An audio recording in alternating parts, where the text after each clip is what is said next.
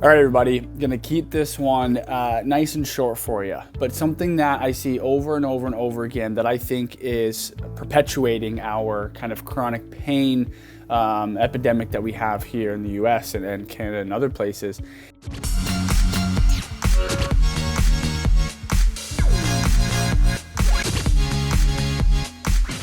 Is the notion of pain and imaging.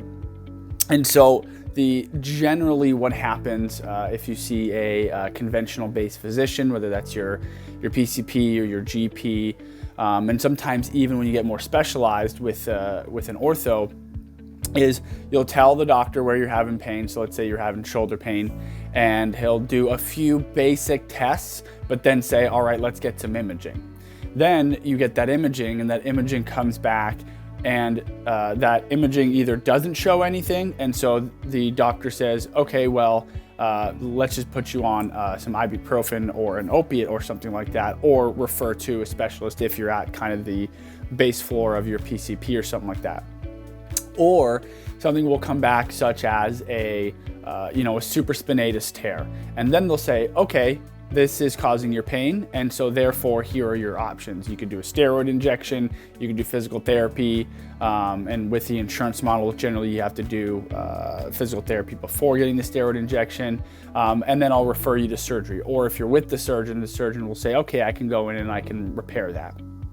However, it is possible that that pain actually was due to the supraspinatus tendon. A patient had anterior shoulder pain, it was worse kind of going overhead out to the side, and then if someone were to do more in-depth testing, it would show that yes, it actually was supraspinatus. And so that could be, that happens, right? They're correct on that because sometimes the imaging matches up.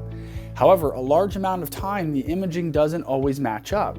And so, for example, if this patient had posterior shoulder pain, posterior shoulder pain is generally not supraspinatus, it's actually coming from the neck, or axillary nerve entrapment in the posterior aspect.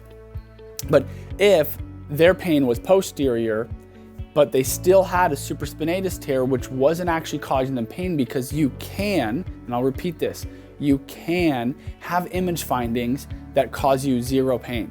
There are people walking around in this world who are bone on bone knee osteoarthritis and have zero knee pain, okay? So it's possible.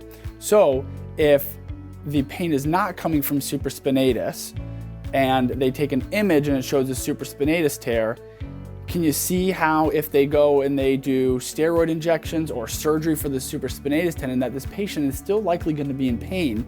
And these are just all these unnecessary interventions and injections that are not actually contributing to resolution of the pain.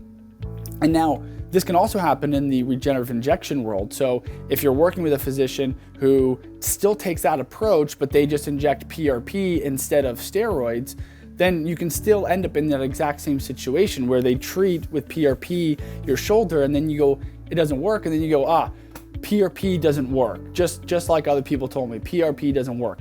When in reality, it's actually just that the correct structure wasn't treated because the proper diagnosis was not achieved, okay?